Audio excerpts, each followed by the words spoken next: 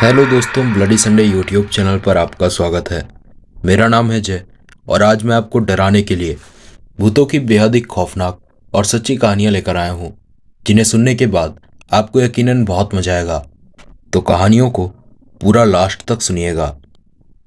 मेरा नाम आदित्य कुमार है। मेरे साथ घटी ये घटना बिल्कुल सच्ची है। मैं आज आपको जो बात बताने जा रहा हूं वो मेरे साथ आज से कई साल पहले मेरी कॉलेज लाइफ के टाइम हुई थी। तब एक दिन मैं अपने दोस्तों के साथ कॉलेज के बाहर घूम रहा था। उस दिन कॉलेज बंद था, तो हमारे पास घूमने के लिए काफ़ी टाइम था। हम दोस्तों ने रात में घूमने का प्लान बनाया और फिर रात के 8 बजते ही हम कॉलेज से बाहर निकले। और पहले तो हमने आइसक्रीम खाई और फिर उसके बाद हमें पता चला कि कॉलेज से कुछ दूर पर एक पुराना कब्रिस्तान मौजूद है। फिर क्या था, हम सब वहां जाने को तैयार हो गए। पैदल ही हम कब्रिस्तान की तरफ बढ़ने लगे। करीब 5 मिनट में हम कब्रिस्तान के सामने पहुंच गए। कब्रिस्तान के आसपास का माहौल बयां करने की जरूरत तो नहीं, पर मुझे लगता है कि आपको बता दूं, क्योंकि उस वक्त वहां फैली खामोशी ने हम सब के अंदर दहशत फैला दी थी। दूर दूर तक हमारे अलावा कोई भी दिखाई नहीं दे रहा था। मेरे एक दोस्त ने हमें वापस लौट चलने के लिए कहा, पर हम सब बोले कि अबे पागल है क्या, हम यहाँ तक आए हैं तो कब्रिस्तान के अंदर चलकर भी देखेंगे, और हो सकता है किसी कब्र की प्रेतनी हमसे शादी कर ले। इतना कहकर हम सब हंसने लगे और कब्रिस्तान के अंदर दाखिल हुए। कब्रिस्तान के अंदर पहुंचते ही हमें बेचैनी और घबराहट महसूस होने लगी। दिल से आवाज आने लगी कि कुछ बुरा होने वाला है। और तभी मेरा एक दोस्त कब्र पर पैर रखकर अपने जूते की लीस को ठीक करने लगा। वो देख के मुझे बहुत तेज गुस्सा आ गया और मैंने उसे तुरंत कब्र से दूर हटने के लिए कहा, पर वो नहीं माना और कब्र पर अपना जूता रगड़ने लगा। ये देख के सभी दोस्तों ने उसे मना किया, तो वो उस कब्र से दूर चला गया। फिर हम सब कब्रिस्तान के अंदर कब्रों के बीच चहलकदमी करने लगे, मगर तभी कुछ ही मिनट बाद हमें हमारे दोस्त की चीख सुनाई दी। हम पीछे की तरफ पलटे तो मेरा वही दोस्त जिसने एक कब्र पर जूता रखा था बुरी तरह से झटपटाया जा रहा था। तभी मैंने देखा एक भयानक रूह ने उसे जकड़ रखा था और उसका पैर अजीब तरीके से रस्सी की तरह ऐंठता जा रहा था। मैं बहुत डर गया और हम सब दोस्त उसे बचाने के लिए उसकी तरफ भागे, मगर तभी वो रूह हवा में गायब हो गई और हमारा दोस्त नीचे गिर पड़ा। जब हम उसके पास पहुंचे तो उसकी दुर्दशा देख के मेरे रोंगटे खड़े हो गए। दरअसल मेरे दोस्त की आंखें उस रूह ने फोड़ दी थी और आंखों में पुतलियां दिखाई ही नहीं दे रही थी। हम सब उसकी दयनीय स्थिति को देखकर रोने लगे। तभी कराहते हुए मेरे दोस्त के मुंह से खून बाहर आ गया और वो बेहोश हो गया। हम सब जल्दी से उसे लेकर हॉस्पिटल पहुंचे, मगर तब तक बहुत देर हो चुकी थी। डॉक्टर ने बताया कि इसकी मौत हो चुकी है। दोस्त की मौत से हम सबको गहरा सदमा लगा। फिर कभी हमने भूतों के और प्रेतों के साथ मजाक नहीं किया। मेरे और मेरे दोस्तों के साथ घटी ये घटना बिल्कुल सच्ची है।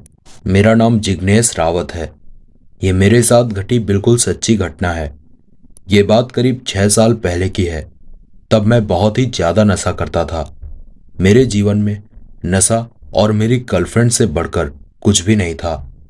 मैं अपनी गर्लफ्रेंड से देर रात अपने घर वालों से छिपकर मिला करता था, लेकिन फिर एक वजह से मैं 2-3 महीने मेरी गर्लफ्रेंड से नहीं मिला और ना ही उससे मेरी कोई बातचीत हुई। दरअसल मुझे दूसरे शहर जाना पड़ गया था।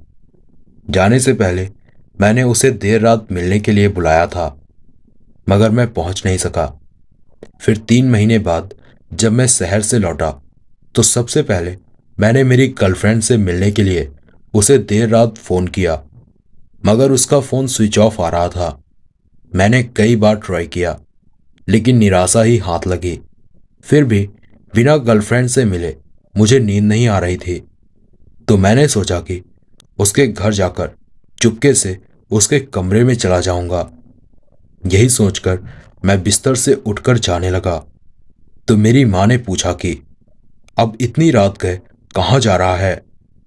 तो मैंने कहा, माँ, मेरे दोस्त बुला रहे हैं, वो पार्टी लेना चाहते हैं, मुझे जाने दो, वरना वो सब नाराज हो जाएंगे। मेरी बात सुनकर माँ ने किसी तरह जाने के लिए हाँ बोला। मैं घर से बाइक से निकला। रात की वजह से रास्ता बिल्कुल सुनसान था। मैंने बाइक की स्पीड बढ़ाई। मैं और मेरी गर्लफ्रेंड रास्ते के किनारे नहर के पास मिला करते थे। जब मैं नहर के सामने से गुजर रहा था तो मैंने नहर के किनारे एक लड़की को खड़ा देखा। उसकी पीठ मेरी तरफ थी, लेकिन उसने सिर्फ अपने शरीर पर कुछ गिने चुने कपड़े ही पहन रखे थे और उसके बाल एकदम से हवा में लहराने लगे। ये देख के मैं बहुत डर गया, लेकिन तभी अचानक मेरी बाइक सड़क छोड़कर नहर की तरफ जाने लगी और ठीक उस लड़की के सामने खड़ी हो गई। और तभी वो लड़की भारी आवाज में बोली कि तूने अच्छा नहीं किया, मैं तुझे बहुत बुरी मौत दूंगी। उस लड़की की बात सुनकर मैं घबराते हुए बोला कि कौन हो तुम, और मैंने तुम्हारे साथ कुछ बुरा नहीं किया, मुझे जाने दो। मेरे इतना कहते ही वो लड़की ठीक मेरी तरफ पलट गई और तब मैंने उसका भयानक चेहरा देखा और मैं दंग रह गया, क्योंकि वो लड़की मेरी ही गर्लफ्रेंड थी और उसका चेहरा बेहद कटा-फटा हुआ था। उसके मुंह से टपकते खून को देखकर मैं खौफजदा होने के साथ साथ भौचक्का हो गया। मैंने दबी आवाज में कहा कि तुम, क्या तुम मर चुकी हो? तो इस पर उसने कहा कि तूने आज तक मेरी खबर नहीं ली, तेरी वजह से मेरी मौत हुई है। उस रात मैं तुझसे मिलने ना आती तो उन दरिंदों से मेरा सामना ना होता। उन हैवानों ने मुझे अपनी हवस का शिकार बनाया और फिर मुझे नहर से धक्का दे दिया। पानी में डूबने से मेरी मौत हो गई, लेकिन मेरी मौत का जिम्मेदार तू भी है। आज मैं तुझे मुझसे भी भयानक मौत दूंगी। मेरी गर्लफ्रेंड की बातें सुनकर मैं रोते हुए उससे बोला कि तुम्हारे साथ इतना सब बुरा हुआ और मुझे पता भी नहीं चला। मुझे उन दरिंदों का पता बताओ, मैं उन्हें जिंदा नहीं छोड़ूंगा। मेरी बात सुनकर मेरी गर्लफ्रेंड की आत्मा भारी आवाज में बोली कि उन दरिंदों को बहुत पहले मैंने मौत के घाट उतार दिया है, अब तुम्हारी बारी है। इतना कहकर वो मेरी तरफ गुस्से से बढ़ने लगी। उसका भयानक और बेहद आक्रामक रूप देखकर मेरे पसीने छूटने लगे, मगर मेरी गर्लफ्रेंड की आत्मा अब बड़ी बेरहम हो चुकी थी। उसने एक झटके से मेरी गर्दन पकड़ी और अगले ही पल वो मेरी गर्दन मरोड़ने लगी। कुछ ही देर में मेरा दम घुटने लगा, मगर मैंने हिम्मत नहीं छोड़ी और मेरी गर्लफ्रेंड से माफ़ी मांगी। मेरी दयनीय अवस्था में मांगी गई माफ़ी को देखकर मेरी गर्लफ्रेंड की भयानक आत्मा मुझे जमीन पर पटक कर नहर में कूद गई। तब जाकर मैंने राहत की सांस ली और बिना वक्त गंवाए घर की तरफ भागा।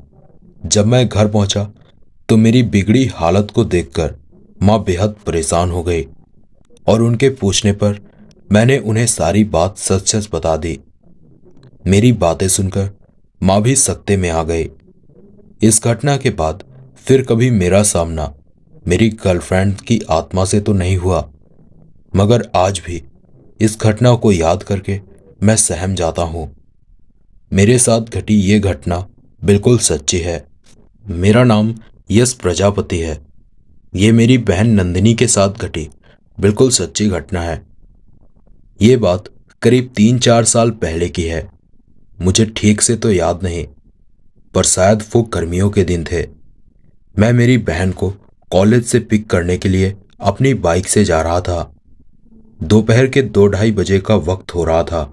जब मैं कॉलेज पहुंचा तो मुझे पता चला कि मेरी बहन कॉलेज में मौजूद नहीं थी।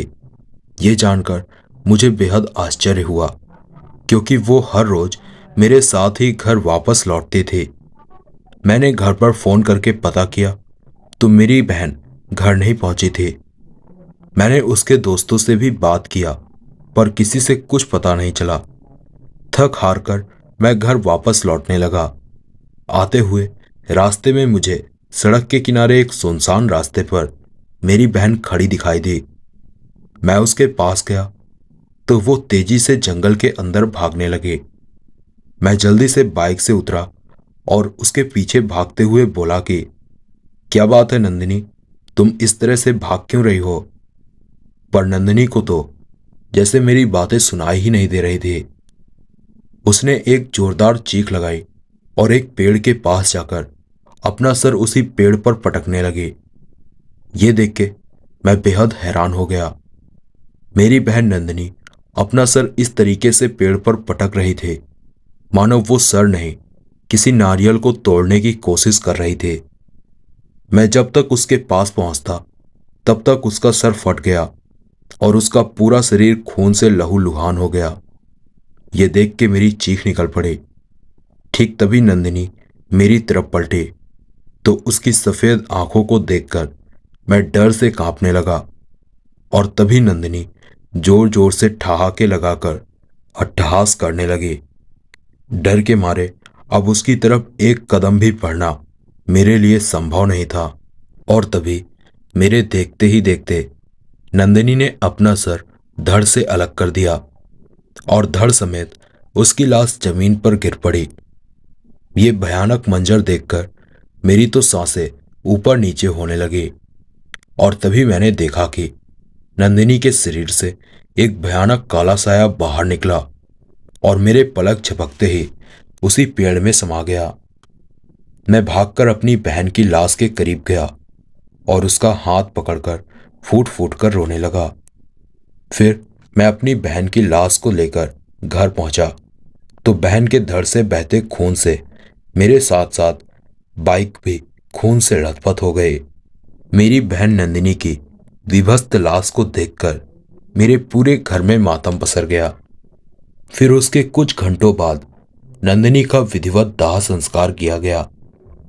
न जाने क्यों उस रूह ने मेरी बहन को अपनी चपेट में ले लिया था। इस घटना को याद करके मैं आज भी सहम जाता हूं। मेरी बहन नंदिनी के साथ घटी ये घटना बिल्कुल सच्ची है। मेरा नाम नीलेश राज है। मैं आपको एक बिल्कुल सच्ची घटना से रूबरू करवाने जा रहा हूं।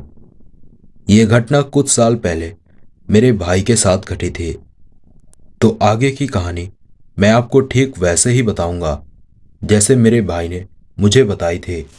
दरअसल एक रात हम दोनों भाइयों की लड़ाई हो गई तो वो नाराज होकर घर से बाहर चला गया।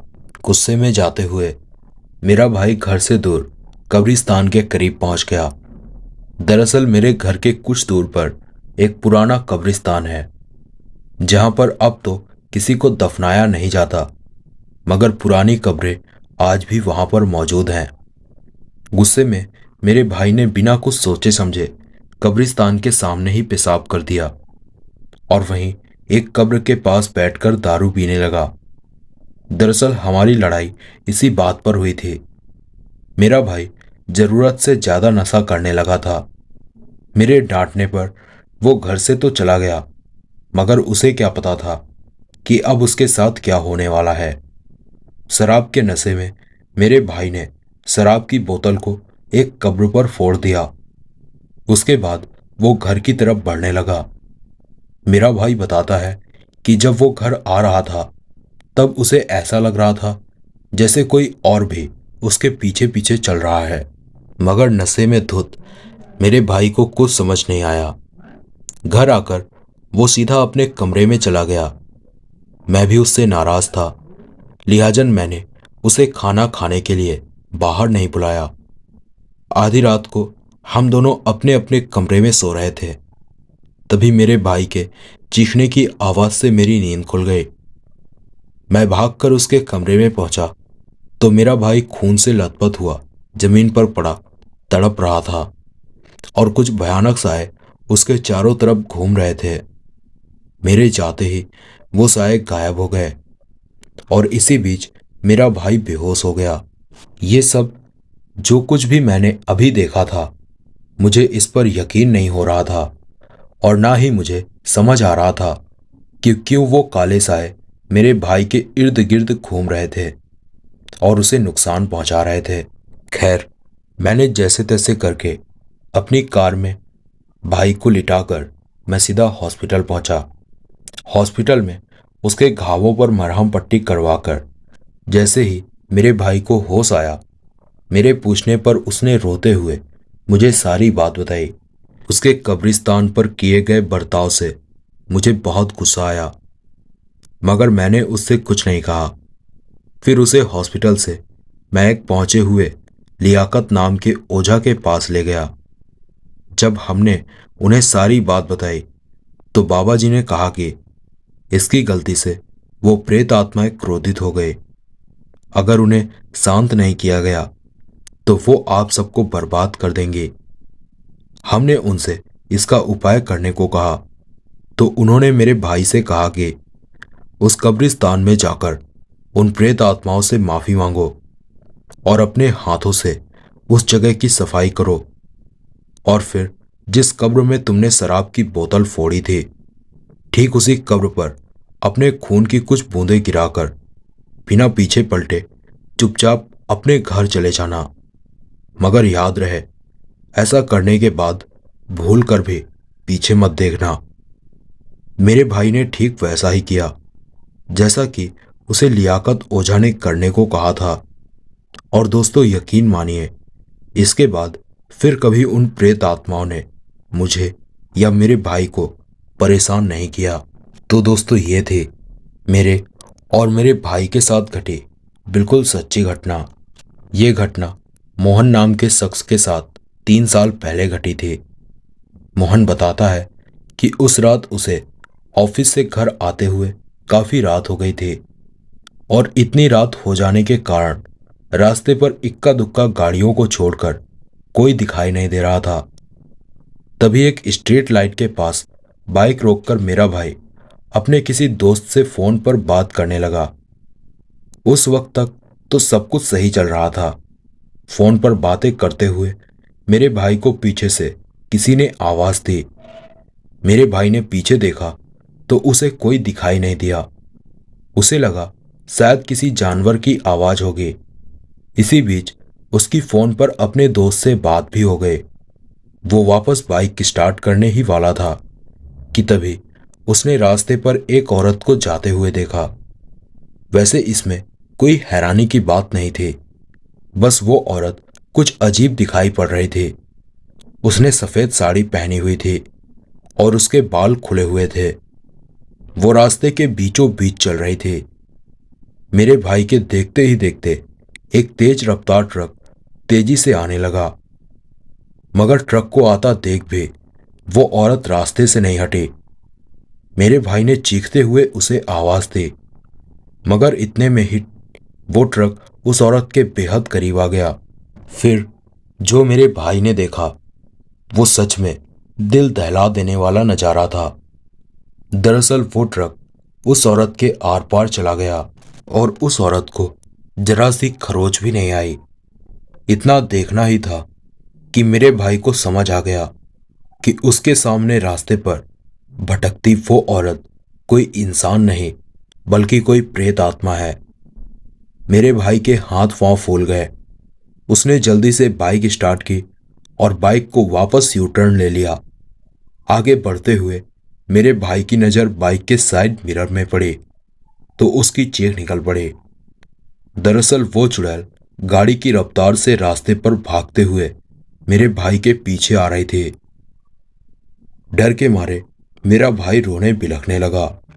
उसने गाड़ी की स्पीड और तेज कर दी।